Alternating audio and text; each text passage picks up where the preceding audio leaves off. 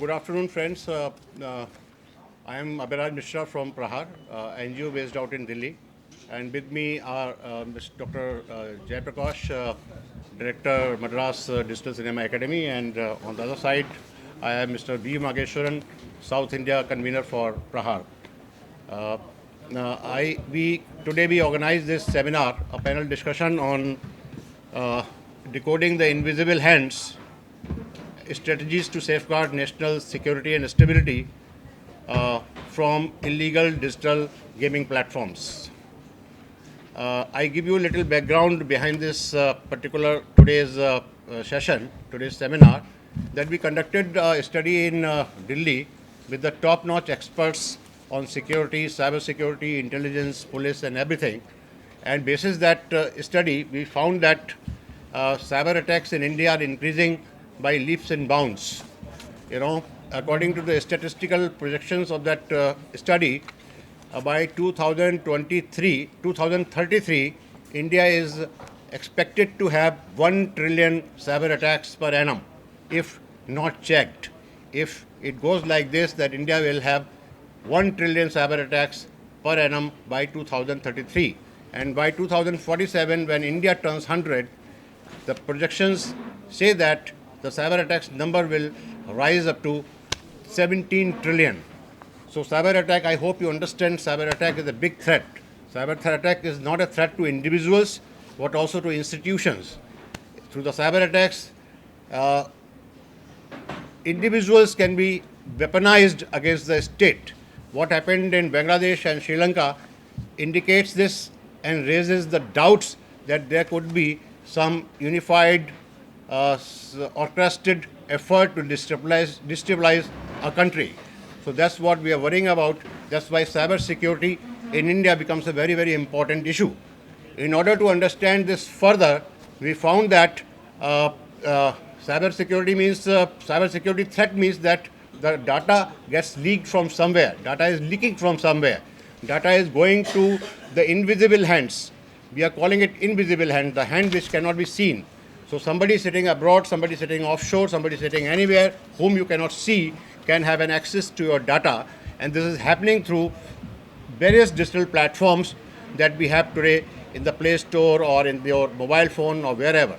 Amongst all the Play Store, among all the digital platforms that we have today, the study shows that the illegal betting and gambling platforms are the most vulnerable, are the most have become the most biggest tool for data to get leaked from there. Most of the data is getting leaked from the illegal digital betting and gambling apps that we have, that our youth and we as adults are playing day and night. So in order to establish this, we found that Tamil Nadu government is coming out with a bill which is restricting the usage of these online gaming platforms, limiting their timeline on it, limiting their expenditure on it, and all that. That is why we conducted a survey here in Tamil Nadu, in 4 cities of Tamil Nadu, that is Chennai, Madurai, Trichy, and Coimbatore. So 4 cities we conducted a survey amongst 5,000 to 6,000 youths ranging from 18 years to 36 years, 40 years. And only those who use smartphones and play online games. We did this survey to understand the actual situation on the ground in Tamil Nadu, because Tamil Nadu is the first state that is trying to put some restrictions on the online gaming and all that. So we wanted to understand whether these restrictions, whether these limitations would help us in any way or will not help us anyway. To answer all these questions, we conducted a survey on ground in Tamil Nadu, as I told you, and also to validate the findings of our national survey that we conducted some time back, some 15 days ago in Delhi. We thought that we should go to Chennai and conduct a survey in Chennai. So we have conducted a survey in Chennai amongst all the people who play online games. So I am here now particularly to share the findings of that survey with you. அனைத்து பத்திரிகையாளர்களுக்கும் என்னுடைய அன்பான வணக்கம். நான் director Jayaprakash, Madras digital cinema அகாடமியும் பிரகார்ங்கிற ஒரு NGO அமைப்பும் Maheswaran sir, நாங்கள் 3 பேரும் சேர்ந்து இந்த ஒரு தேசிய கருத்தரங்கை நடத்தியிருக்கோம்.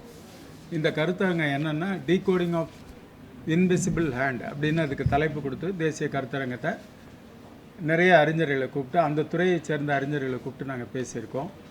இது எதுக்காக இந்த அவசியம், இந்த தேசிய கருத்தரங்கத்தோட நோக்கம் என்னென்னா, அதாவது இப்போ ஆன்லைன் பிளாட்ஃபார்மில் நிறைய புகார்கள் வருது, மோசடிகள் நடக்குது, சைபர் கிரைம்ஸ் ரொம்ப கூடி போயிருக்கு இந்தியாவில், தமிழ்நாட்டில்.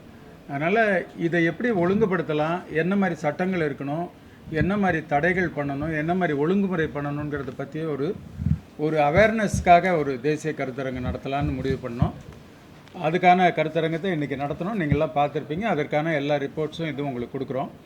நாங்கள் அதுக்கு ஒரு சர்வே ஒன்று எடுத்தோம். தமிழ்நாட்டில் ஒரு 4 இடத்துல, சென்னை, மதுரை, திருச்சி, கோயம்புத்தூரில் எடுத்தோம். ஒரு 5000லேருந்து 6000 பேர்கிட்ட, இளைஞர்கள்ட்ட 18 வயசுக்கு மேலே இருக்கக்கூடிய இளைஞர்கள் ஆன்லைன் பயன்படுத்தக்கூடிய கேம்ஸை பயன்படுத்தக்கூடியவர்களை ஒரு ரிப்போர்ட் எடுக்கும் பொழுது அந்த ரிப்போர்ட்டில் என்ன மாதிரி ஸ்டாட்டிஸ்டிக்கல் ரிப்போர்ட்டுங்கிறத பற்றி தான் அவர் ஆங்கிலத்தில் உங்களுக்கு சொன்னார். அது செய்தியாக நாங்கள் உங்களுக்கு கொடுத்துட்றோம், அதில் நீங்கள் பார்த்துக்கலாம். ஒட்டுமொத்தமாக நாங்கள் ஒரு 5 ஃபைண்டிங்ஸ், அதாவது இதன் மூலமாக ஒரு 5 கருத்துக்களை நாங்கள் பத்திரிகையாளர்களுக்கு நம்ம சொல்லி அதன் மூலமாக மக்களுக்கும் அரசாங்கத்துக்கும் சொல்லணும்னு நினைக்கிறோம். அது என்னென்னா, ஒரு இப்படிப்பட்ட கேம் இருக்குது அப்படின்னா, இப்போ நம்ம ஃபோன் நீங்கள் பண்ணும்போது ஸ்பேமில் ஒரு ஃபோன் வந்துச்சுன்னா, யாராவது உங்களுக்கு தெரியாதவர்கள் பிஸ்னஸ் கால் அப்படி இப்படின்னு வந்துச்சுன்னா, அதெல்லாம் இப்போ கலரிங் பண்ணுறாங்க. கலரிங் பண்ணால் எப்படின்னா, பிஸ்னஸ்ன்னு அஃபிஷியலாக ஆதரிக்கப்பட்ட ஒரு பிஸ்னஸாக இருந்து அதிலேருந்து கால் வந்துச்சுன்னா பச்சை கலரில் இருக்கும். கம்ப்ளீட்டாக அன்ஆத்தரைஸ்டாக உங்களுடைய ஃபோனுக்குள்ளே யாராவது வரதா இருந்தால் சிவப்பு கலரில் இருக்கும். உங்களுடைய பர்சனல் ஃபோன் கரெக்டாக இருந்ததுனா தான் ஒயிட்டில் வரும். இதே மாதிரி ஆன்லைன் கேம்ஸில் இருக்கக்கூடிய தவறான இல்லீகல் பிளாட்ஃபார்ம்ஸை ஐடென்டிஃபை பண்ணக்கூடிய ஒரு மெத்தட் இருக்கணும் அப்படிங்கிறது ஒரு ஃபைண்டிங்ஸ் நாங்கள் சொல்ல வர்றோம் இந்த கருத்தரங்கத்தின் மூலமாக.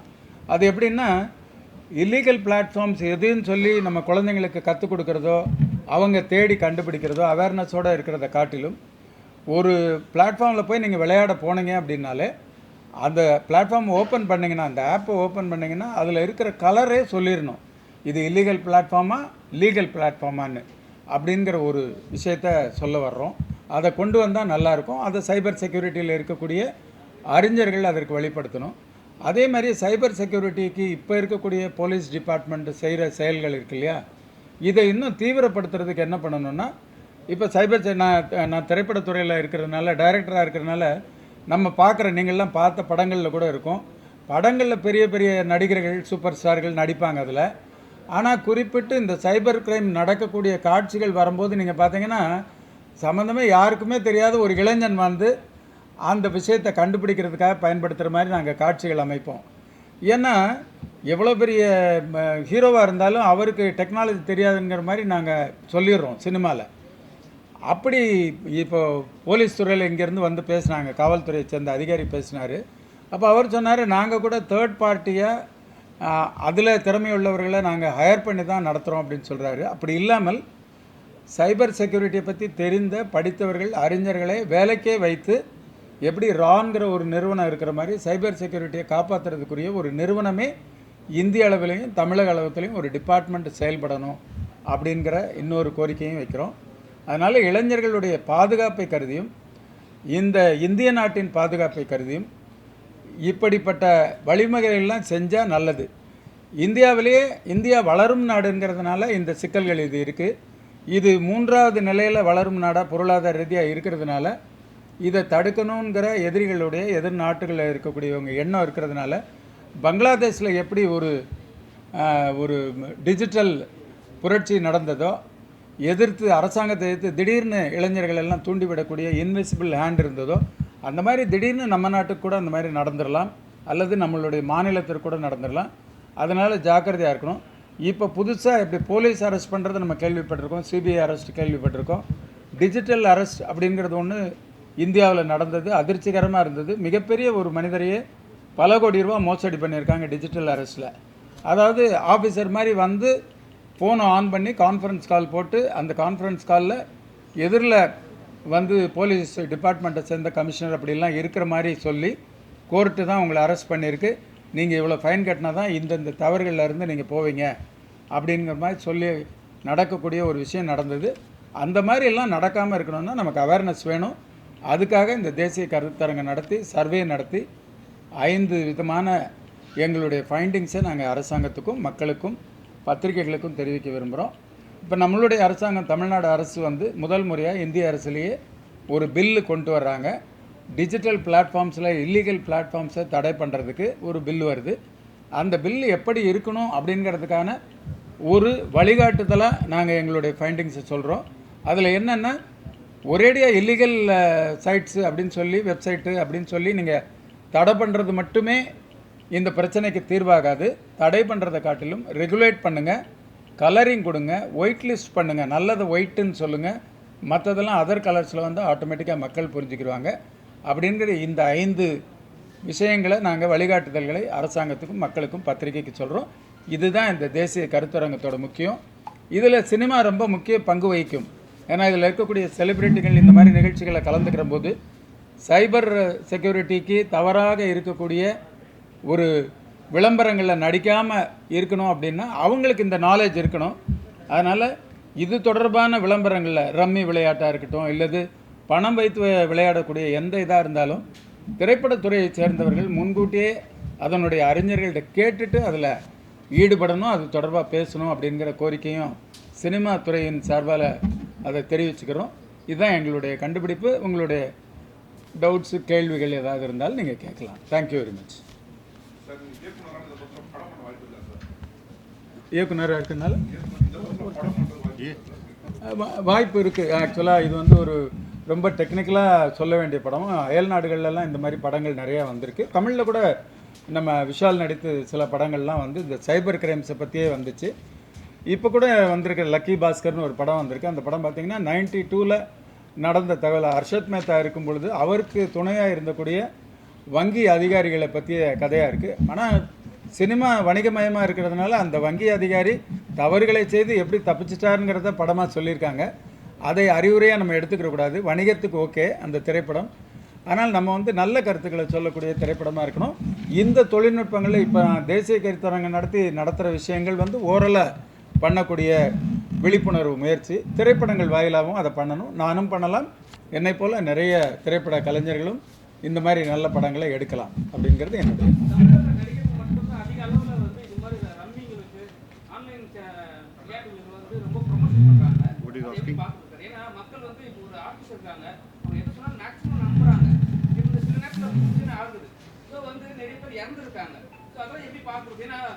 ஒரு ஆக்டரே வந்து விளம்பரம் பண்ணும்போது இப்போ சரத்குமார் கூட இருந்தாரு. அப்புறம் வந்து அவரே வந்து பைக்கெட் பண்ணிட்டு நாங்கள் கேள்வி கேட்கும்போது அவர் என்ன பண்ணிட்டாரு, வேணாம்னு சொல்லிட்டாரு. அதுக்கப்புறமா வந்து நம்ம ஆரன் ரவி இருக்காங்களே அவர்கிட்ட போய் ப்ரொபோஸ் பண்ணாங்க. அதுக்கப்புறம் வந்து திருப்பி மறுபடியும் வந்து ரம்மியே சொல்றேன், சில ரம்மிகள் இருக்காங்க, அவங்களே வந்து அப்ரூவ் பண்ணிட்டாங்க. ஸோ இதை எப்படி பார்க்குறது? ஏன்னா மக்களுக்கு மேலே வந்து அரசாங்கத்துக்கும் மதிப்பு இல்லை, ஆக்டருக்கும் ஒரு கருணை இல்லை. என்னன்னா நம்ம இறந்து தான் போகும். இதுக்கு வந்து நீங்கள் வந்து சொல்கிறீங்க, ரிசர்ச்னு சொல்கிறீங்க, கலர் வழியாக சொல்கிறீங்க, யார் ஏற்றுப்பாங்க? இல்லை, இப்போ நம்ம அந்த ஒயிட் லிஸ்ட்டுன்னு ஒன்று பண்ணிட்டீங்களா, இது வந்து லீகல் அப்படிங்கிறத நம்ம மக்களுக்கு தெரிவிக்கிறது மட்டும் நம்மளுடைய கடமை. ஏன்னா அது இல்லாததன் உள்ளே போய் தவறானவர்கள் போய் மாட்டிக்கிறதுன்னா விரும்பி தவறுகளுக்கு போகிறவங்கள நம்ம தடை செய்யவே முடியாது. இப்போ குடியில் கூட அப்படித்தானே சொல்கிறோம். மது அருந்தவர்கள் கூட நான் விரும்பி போகிறேன், ஏன்னா என்கிட்ட எதுக்கு அறிவுரைன்னு சொல்கிறவங்களுக்கு இல்லை. விழிப்புணர்வை நம்ம கொடுத்துட்டோம்னா எல்லாரும் பண்ணுவாங்க. தமிழ் நடிகர்களுக்கு அதுதான் நான் சொல்கிறேன். தமிழ் நடிகர்கள் பணத்துக்காக நினச்சிட்டு திடீர்னு நீங்கள் ஒரு விளம்பரத்தில் நடிக்கிறோம், பணம் கொடுக்குறாங்க அப்படிங்கிற மாதிரி நடிக்காமல் அதில் மக்களுக்கு நன்மை இருக்கிறதாங்கிறத பாருங்கள். இப்போ தளபதி விஜய் அவங்க கூட கோக் விளம்பரத்தில் தொடக்கத்தில் நடித்தாங்க. அதுக்கப்புறம் அது மக்கள் விரோதமான ஒரு நிறுவனம் அப்படிங்கிற மாதிரி புரிஞ்சுக்கிட்டு அவர் நடிக்கிறத நிறுத்தினார். அதுக்கப்புறம் கான்ட்ராக்ட் அவர் இது பண்ணல. அது மாதிரி ஷாருக் கான் சில இதில் நடிச்சுட்டு மாறிக்கிட்டார். அது மாதிரி பெரிய நட்சத்திரங்கள் இந்தி படங்களில் பாலிவுட்டில் இருக்கிறவங்களோட மாறிக்கிட்டாங்க. அது மாதிரி தமிழில் இருக்கிறவங்களும் சில நேரம் தெரியாமல் போய் அதை பண்ணிடுறாங்க. அதை தெரிஞ்சுக்கிட்டு பண்ணணும். இப்போ நம்ம இந்த மாதிரி ஒரு கூட்டம் நடத்தி நம்ம பத்திரிக்கையாளர் சந்திப்பில் சொல்கிறது மூலமாக என்ன தெரியும், யாராவது வந்து அவங்கள அப்ரோச் பண்ணி கேட்குறாங்கன்னு வச்சுங்களேன், ஒரு நடிகையோ, அப்போ அவங்க நினைப்பாங்க, ஓ இது சரியாக தவறான்னு செக் பண்ணிட்டு தான் நம்ம இதில் நடிக்கணுங்கிற முடிவுக்கு அவங்க வர வாய்ப்பு இருக்குது. ப்ரொமோஷன்ஸ்ல இப்போ வந்து அல்லு அர்ஜுன் இருக்காருல்ல, ஆமா. புஷ்பா 2க்கு வந்து ப்ரொமோஷனே வந்து தம்ஸ் அப் வச்சு பண்றாரு. ஸோ அந்த கூல் ட்ரிங்க்ஸே வந்து தடை செய்ய வேண்டிய ஒரு விஷயம். சரிங்களா? அப்போ வந்து அவ்வளோ பெரிய உச்சபட்ச நடிகரே வந்து சில விஷயத்தை பண்ணும்போது மக்கள் கண்டிப்பா ஏன்னு குடிக்க போறாங்க. இப்போ நீங்க வந்து கூல் ட்ரிங்க்ஸ் கொடுத்தாலும் நான் கேட்குறாரு. ஆமாம். இல்லை இப்போ வந்துன்னா இந்த குளிர்பானங்களில் அதில் வந்து அதனுடைய உணவு முறையில் வந்து பிழைகள் இருக்குது, அதாவது தவறுகள் இருக்குது, அதுக்கு அது ஹெல்த்துக்கு அசாடாக இருக்க போகுது அப்படிங்கிறது தெரியக்கூடிய அறிவிக்கப்பட்ட இதில் கண்டிப்பாக நடிக்கக்கூடாது நடிகர்கள். ஆனால் அதையும் மீறி அவங்க சயின்டிஃபிக்காக சில கண்டுபிடிப்புகளை அவங்களுக்கு சொல்லுவாங்க நடிகர்களுக்கு. இதில் அவ்வளோ இல்லைங்க, நீங்கள் நினைக்கிற அளவுக்கு மக்களுக்கு கெடுதலான விஷயங்கள் இல்லைங்கிற மாதிரி அவங்க சர்டிஃபிகேட் எல்லாம் ப்ரொடியூஸ் பண்ணி அதில் கன்வின்ஸ் ஆன பிறகு தான் சில நடிகர்கள் நடிப்பாங்க. ஆனால் முடிந்த அளவிற்கு இது கொஞ்சம் தான் இருக்குது, ரொம்ப தான் இருக்குது அப்படின்லாம் கண்டுபிடிக்காமல் நடிகர்கள் இதை அவாய்ட் பண்ணுறது நல்லதுங்கிறது என்னுடைய கருத்து.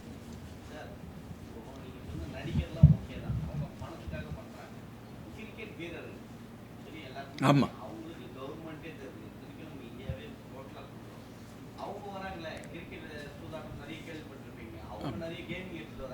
ஆமாம். ஆமாம். இல்லை இல்லை, இதை ஸ்டாப் பண்ணணுங்கிறதுக்கான விழிப்புணர்வை மட்டும்தான் என்ஜிஓ நிறுவனங்களோ என்னை மாதிரி தனியார்களோ பண்ண முடியும். இந்த விழிப்புணர்வு வேணுங்கிற எண்ணம் தேசிய கருத்தரங்கா எல்லார்கிட்டையும் இருக்குது, அறிஞர்கள்ட்ட மக்கள்கிட்ட எல்லாம் இருக்குதுன்னு நம்ம பத்திரிகைகள் மூலமாக கொண்டு சேர்த்தோம்னா அதற்குரிய அத்தாரிட்டி இருக்காங்களே, அரசாங்கமும் காவல்துறையும் வந்து அதை தடை பண்ணுவாங்க. தடை பண்ணும்போது ஆட்டோமேட்டிக்காக இதாகும். நீங்கள் சொல்கிற மாதிரி கிரிக்கெட் வீரர்கள்லாம் இதில் கலந்துக்கிட்டு அது தவறுன்னு தெரிஞ்சு லீகலாக அது தப்பான விஷயம் தெரிஞ்சு அவங்க கான்ட்ராக்டை கேன்சல் பண்ணதும் நடந்திருக்கு. சச்சின் டெண்டுல்கர், கங்குலி இவங்கெல்லாம் முதல் முறை பண்ணிவிட்டு ரெண்டாவது முறை கேன்சல் பண்ணாங்க. அதை இளைய தலைமுறையில் புதிய நடிகர்கள் சில பேர் பண்ணியிருந்தா அறியாமையில் பண்ணியிருந்தா கூட கிரிக்கெட்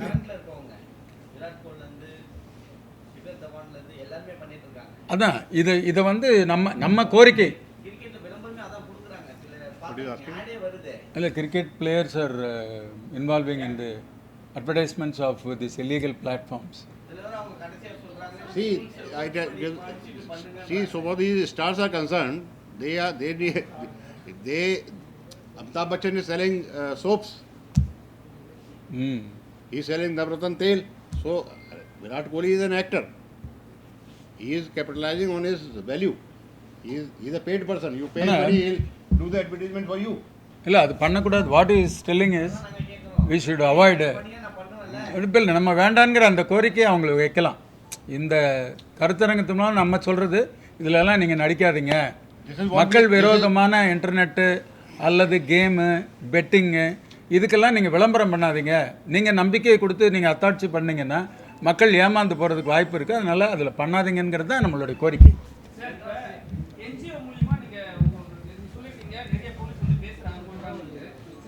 சாதாரண ஒரு தமிழோட மக்களோட மனிதன் என்னன்னா ஆன்லைன்ல விளையாடினா போலீஸ் பிடிக்க மாட்டாங்க. சரிங்களா? அதே வந்து லைவ்ல நான் வீட்டுக்குள்ள என் சித்தப்பாவோ பெரியப்பாவோ என் தாத்தாவோ சரிங்களா வீட்டுக்குள்ள விளையாடுறவங்க சரி நம்ம ஒரு 4-5 பேர் சேர்ந்து விளையாடும் போது அதை வந்து போலீஸ் பிடிச்சி அவங்கள வந்து கேஸோ இது சம்திங் ஏதோ மிரட்டுறாங்க. ஸோ வந்து ஆன்லைன்ல விளையாடினா ரைட்டு, அப்போ வந்து டேரக்டா விளையாடினா தப்பா, இது ஒன்று. சரிங்களா? அதுக்கப்புறம் என்னன்னா ஆன்லைன்ல விளையாடும் போது கவர்மெண்ட்டுக்கு பேமெண்ட் வருது, டேரக்டா விளையாடும் போது கவர்மெண்ட்டுக்கு பேமெண்ட் வரல. அதனால போலீஸ்காரங்க முடிச்சுட்டு போய் பேமெண்ட் வாங்குறாங்களா? ஏன்னா அதுக்கு வந்து கண்டிப்பாக கேட்கணும் அவங்க கிட்ட. ஏன்னா உங்க என்ஜிஓ நீங்க ஆமாம், நம்ம கண்டிப்பாக சொல்லுங்க. அதாவது இப்போ ஆன்லைன் கேம்ஸு, இல்லீகல் கேம்ஸ் விளையாடுறது தவறு. அது வீடாக இருந்தாலும் சரி, வெளியில் நீங்கள் விளையாடினாலும் சரி, எதுவுமே இல்லீகல் கேம்ஸுன்னு நீங்கள் எது விளையாண்டாலும், வீட்டுக்குள்ளே விளையாண்டாலும் வெளியில் விளையாண்டாலும் தவறு தான். காவல்துறை வந்து இல்லீகலாக ஒரு ஆக்டிவிட்டிஸ் நடக்குதுன்னு கம்ப்ளைண்ட் வரும்போது தான் வீட்டுக்குள்ளே வர முடியும். ஆன்லைன்ல இப்போ நான் ஏன் உங்க ஃபோன்லயே வந்து எவ்வளோ ஆப் வருது, சரி நம்ம வீடியோ நீங்கள் பார்த்துனே இருப்பீங்க, அதுலேயே வந்து A to Z வந்து ரம்மி கல்ச்சர் வந்து சம்திங் நிறைய வரும், நிறைய விளம்பரங்கள் வந்துகிட்டே இருக்கும். சரிங்களா? அதையே அவங்களால கண்ட்ரோல் பண்ண முடியல. இப்போ சாதாரண மக்கள் சாதாரண விளையாடும் போது தாழ்த்தப்பட்ட மக்களோ எந்த தாழ்த்தப்பட்ட அவங்க பேசக்கூடாது, சின்ன விளையாட்டு விளையாடுற மக்கள் கூட வந்து போலீஸ் வந்து அவ்வளோ டார்ச்சர் பண்ணுறாங்க. இது மாதிரி அதுல வந்து யாரும் செத்துது கிடையாது, இது வரைக்கும் செத்துதும் கிடையாது. ஆனால் அந்த ஆன்லைன் விளையாடி நிறைய பேர் இறந்தும் இருக்காங்க. அது வந்து கணக்கு ரிப்போர்ட்ஸ் நிறைய இருக்கு. இதெல்லாம் எப்படி கண்ட்ரோல் பண்ண போறாங்க? அதான் இப்போ அதுக்கு தான் காவல்துறைக்கு சைபர் செக்யூரிட்டியும் சைபர் லாவை பற்றி தெரிந்த ரொம்ப பெரிய விற்பனர்களை நீங்கள் வேலைக்கு வச்சிங்கன்னா தான். இப்போ வேலைக்கு எடுக்கும்போது நம்ம கேட்டகரி வைக்கிறோம்ல, டிகிரி படிச்சிருந்தா போகலாங்கிற மாதிரி சைபர் செக்யூரிட்டி தெரிஞ்சவங்க நிறைய பேர் வந்தாங்கன்னா நல்லது. நம்மளுடைய காவல்துறைக்கு வந்தால் தான் பெட்டர். இல்லை, நம்ம என்ன சொல்கிறோம்னா இந்த விழிப்புணர்வு மக்கள்கிட்ட இருக்கணும். இல்லீகல் பிளாட்ஃபார்ம்ஸ் எதுன்னு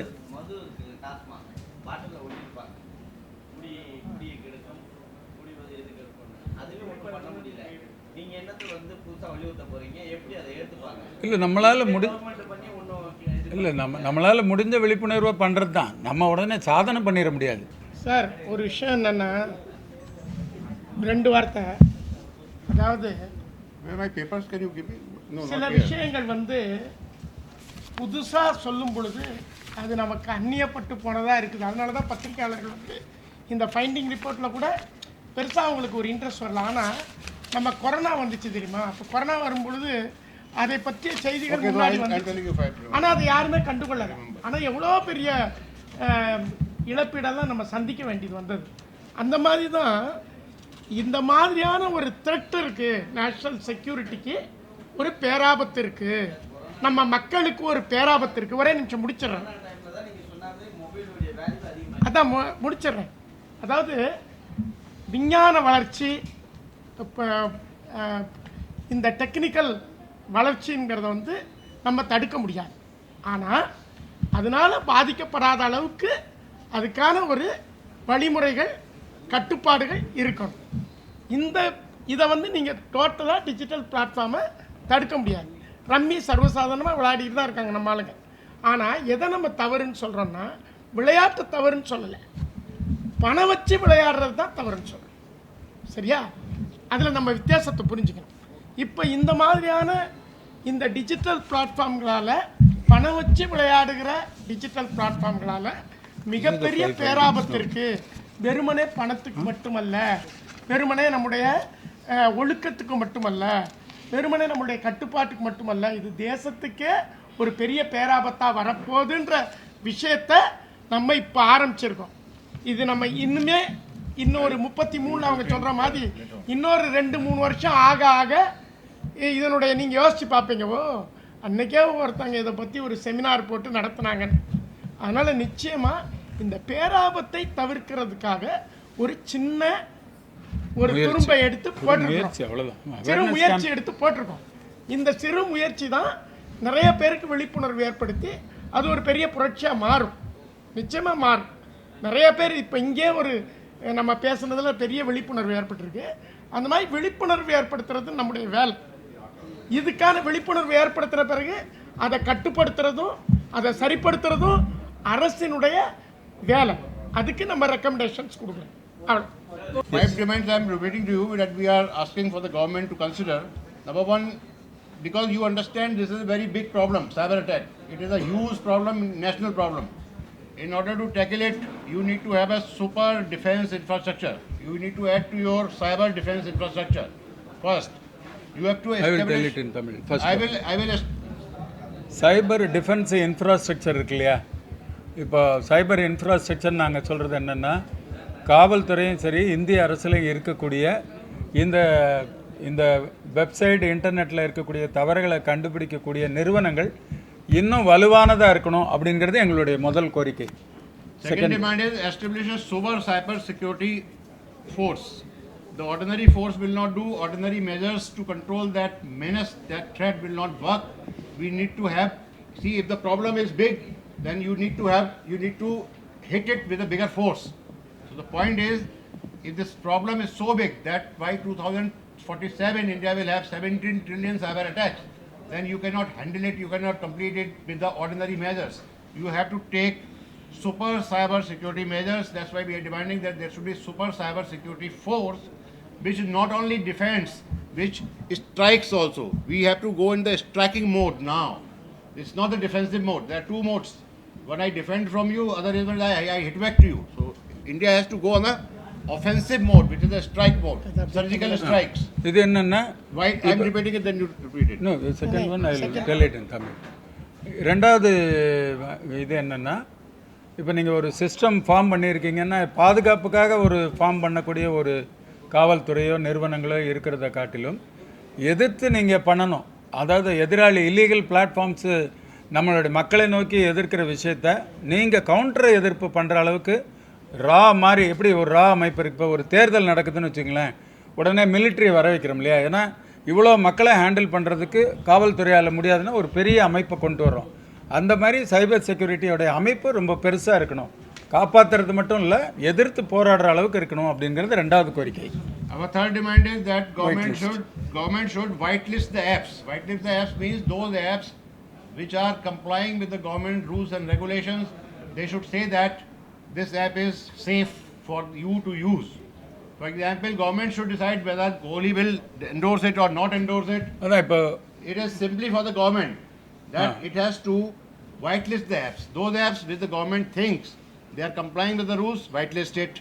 Rest, leave it, because blocking the apps is not a லீகலாக solution. அந்த பிளாட்ஃபார்ம் வந்து மக்களுக்கு எந்த பிரச்சனையும் இல்லை அப்படின்னு முடிவு செஞ்சு நீங்களே ஒரு ஆராய்ச்சி பண்ணி, அரசாங்கம் ஆராய்ச்சி பண்ணி அந்த ஆராய்ச்சியின் வெளியீடாக லீகல் பிளாட்ஃபார்ம்ஸுக்கு ஒயிட் கலர் கொடுத்துட்டா ஆட்டோமேட்டிக்காக மக்கள் வந்து ஒயிட்டில் இருந்ததுன்னா அது ஆத்தரைஸ்டு நல்ல பிளாட்ஃபார்ம் அப்படின்னு தைரியமாக போக ஆரம்பிப்பாங்க. அப்படி பண்ணணும்னு நம்மளுடைய ஒரு கோரிக்கை. மூணாவது கோரிக்கை. நாலாவது கோரிக்கை. Our fourth demand is that government should proactively provide mechanism for the citizens to distinguish between legal and illegal gaming apps. It is a demand from the people who we surveyed in Tamil Nadu that it is the duty of the government that they help them in identifying what is legal, what is illegal. So that is actually demand number 3 is also the same, but it is the fourth demand. If the government whitelists the apps, then obviously the illegal ones will come out. நாலாவது கோரிக்கை நாங்கள் சொல்லியிருக்கிறது என்னென்னா, survey எடுக்கும்போது பொதுமக்கள் இப்போ நீங்கள் கேட்ட மாதிரி சர்வே எடுக்கும்போது பொதுமக்கள் எங்ககிட்ட கேட்குறாங்கன்னா, ஏங்க நான் நல்லது கேட்டதெல்லாம் பார்த்து தேடிக்கிட்டு இருக்க முடியாது, ஃபோனில் வர்றதை வச்சு நான் விளையாண்டுக்கிட்டு இருக்கேன், எங்கள் வேலையா அது, நாங்கள் அதை பண்ண முடியாது. முன்கூட்டியே அதை தடை பண்ணுறது. இப்போ சொல்கிறீங்களே, இல்லைன்னு தடை பண்ணிவிட்டா அவன் கஷ்டப்பட போகிறான். வர்றவன் நல்லது மட்டும் வந்துச்சுன்னா நீங்கள் இதை சாப்பிடாதீங்க நீங்களே சொல்லி நீங்களே கடை திறக்கிற மாதிரி இதுலேயும் பண்ணாதீங்க. டிஜிட்டல் பிளாட்ஃபார்ம்ஸ்லேயும் முன்னாடியே ரெஸ்ட்ரிக்ட் பண்ணுங்கள், நல்லதை மட்டும் விடுங்க. நீங்கள் அதுக்கு அந்த ஆப்பை கண்ட்ரோல் பண்ணுற வேலையை பண்ணிடுங்கன்னு மக்கள் சர்வேயில் ஒரு கோரிக்கை வச்சுருக்காங்க. அதையும் சொல்ல போகிறோம். Our last fifth demand is what we found in the survey, that putting restrictions, putting limitations have been proved counterproductive in many other countries, so they will not work in India also. And in the survey also we found that the youth of Tamil Nadu do not want the government to put any restrictions and limitations on ban. They want that they should set their own limitations, own restrictions. This is what the youth of Tamil Nadu wants. This is what we found in the survey. Because if you put the restrictions on them, there is a risk that they will migrate, they will switch over to other illegal foreign, in the hands of foreign players, foreign digital platforms, which can be far more disastrous and far more injurious from the point of view of national security and integrity. So our demand is that government should only whitelist those people who have certain rules and regulations, and they themselves ask the users to set their own limits and everything. இப்போ இந்த சர்வேயில் இருக்கிறது தான் அஞ்சாவது கோரிக்கையும். Survey எடுக்கும்போது எல்லோரும் என்ன சொல்கிறாங்கன்னா, சார் இது இவ்வளோ நேரம் தான் நீ விளையாடணும், இது தான் பண்ணணும் அப்படிங்கிற மாதிரி கண்டிஷன்ஸை எப்படி குடிக்கிறதுக்கு வச்சுருக்கீங்களோ மற்ற விஷயங்களுக்கெல்லாம் பண்ணுறேன். அதே மாதிரி டிஜிட்டல் பிளாட்ஃபார்மில் நீங்கள் பண்ணிங்கன்னா எதிர்வினை தான் வருமே ஒழிய நாங்கள் நீங்கள் சொல்கிறதுக்காக பேசாமல் இருந்துட மாட்டோம். வேறு பிளாட்ஃபார்ம் போவோம், ஃபாரின் பிளாட்ஃபார்மில் விளையாடுவோம். அதனால் இளைஞர்களை வெறும் தடை பண்ணுறது இல்லாமல் நல்லது கெட்டதை நீங்கள் சொல்கிறத நீங்கள் பண்ணிட்டு போங்க, எங்கள் மேலே திணிக்காதீங்க. 2 மணி நேரம் தான் விளையாடணும். இப்போ பட்டாசு வெடிக்கிறதுக்கு சொல்கிறோம் இல்லையா, அந்த மாதிரி சட்டம்லாம் இதுலேயும் போட்டாதீங்க. எங்களுக்கு தெரியும் நல்லது கெட்டது. நீங்கள் கவர்மெண்ட்டாக என்ன மக்களுக்கு பொதுமக்களுக்கு பண்ணணும்னு நினைக்கிறீங்களோ அதை லிஸ்ட் அவுட் பண்ணி ஒயிட் லிஸ்ட் பண்ணி கொடுத்துருங்க. மற்றபடி நீ இவ்வளோ நேரம் தான் விளையாடணுங்கிற கண்டிஷன் வேண்டான்னு இப்போ நீங்கள் சொன்னீங்க இல்லையா, அந்த மாதிரி ஒரு கோரிக்கையை அவங்க வச்சுருக்காங்க சர்வேயில். அதையும் அரசுக்கு தெரிவிக்க போகிறோம். இதுதான் 5. இது கம்ப்ளீட்.